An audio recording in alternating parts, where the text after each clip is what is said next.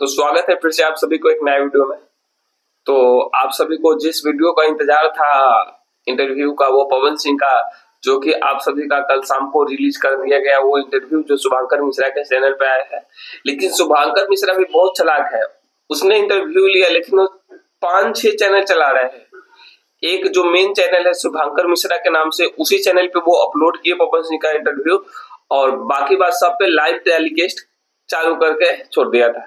ऐसा क्यों कर रहा था? क्योंकि वो 1.25 घंटा का इंटरव्यू था, और पवन सिंह का जैसे ही वो अपलोड किए वीडियो, तैसे ही देखे कि घंटों नहीं लगा और लाखों में व्यू जाने लग गया। तो शुभांकर मिश्रा ने ये सोचकर अपने सारे चैनल पर वो लाइव चालू कर दिया, और लाइव चालू करने के बाद उसके मैंने देखा कि सारे पे उसको व्यू मतलब लाइव 5,000-7,000 इतना था, क्योंकि लाइव का वॉच टाइम बहुत ज्यादा होता है। तो वह पवन सिंह के लाइव से बहुत ज्यादा व्यू कमाया है। और गाइस, पवन सिंह का इंटरव्यू में आप लोग देखे या नहीं देखे, लेकिन मैं देखा। शुरुआती दौर तो अच्छा था, लेकिन जैसे जैसे आगे जाते गए ना, वैसे वैसे पवन सिंह के बारे में बारे में और कैसे गायकी लाइन में आए, कैसे क्या किए, इंडस्ट्री में आए, ये सब के बारे में बताया। और बाद में इतनी भोजपुरी इंडस्ट्री के बारे में बात किया, जब अक्षरा से जब उसका रिलेशन यानी मतलब जब उसका विवाद हुआ, जब उसके साथ काम कर रहे थे, तो वो सब भी नहीं दिखाए गए हैं। और खेसारी को भी बताया गया पवन सिंह के द्वारा कि मतलब ये मेरा भाई नहीं है इंडस्ट्री में, क्योंकि पिछला बार इंटरव्यू दे के आया था खेसारी लाल यादव ने, तो उसमें भी बोला कि मैं इसके साथ बैठा, उसकी अच्छी बॉडी बनाई तब मेरे लायक हुआ। यानी खेसारी लाल का कहना भी वो गलत था। तो पवन सिंह इसी के गुस्सा में वो बहुत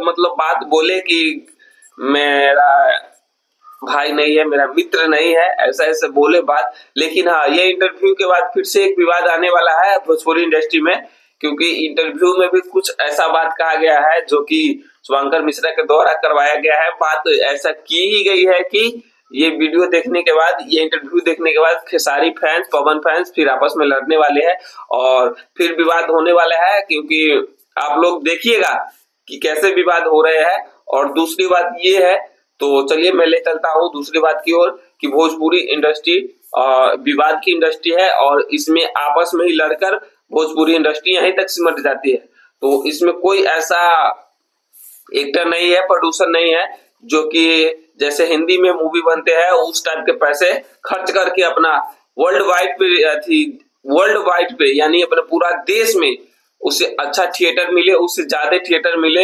लेकिन ये गांव देहात जैसा मूवी बना लेता है, अच्छा नहीं बनाते, अच्छा क्वालिटी के नहीं बनाते हैं। इसी कारण से 200-250 में ही सिमट जाते हैं, और ये बिहार, झारखंड और यूपी तक ही रहकर सिमट जाते हैं।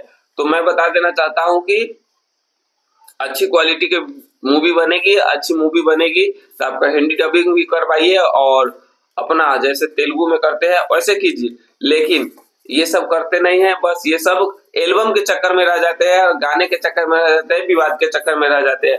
अभी फिलहाल पवन खेसारी के अलावा इसमें कोई चल नहीं रहा है, लेकिन बहुत बढ़िया बढ़िया स्टार है, सिंगर है, वो भी इसी दोनों के कारण नहीं चल पाते हैं। क्यों? क्योंकि ये दोनों विवाद में रहते हैं, और ये दोनों का अफेयर एक दूसरे से टकराव आते हैं, हो जाते हैं, एक दूसरे से टकराव हो जाते हैं। इसी कारण से कोई आगे नहीं बढ़ पा रहा है। पीछे का जो छोटा मोटा स्टार है वो सब आगे नहीं बढ़ पाता है इन दोनों के विवाद के कारण।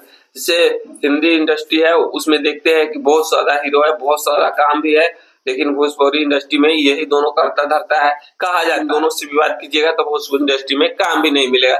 मैंने देखा हूँ कि कईयों का करियर खत्म हो चुका है।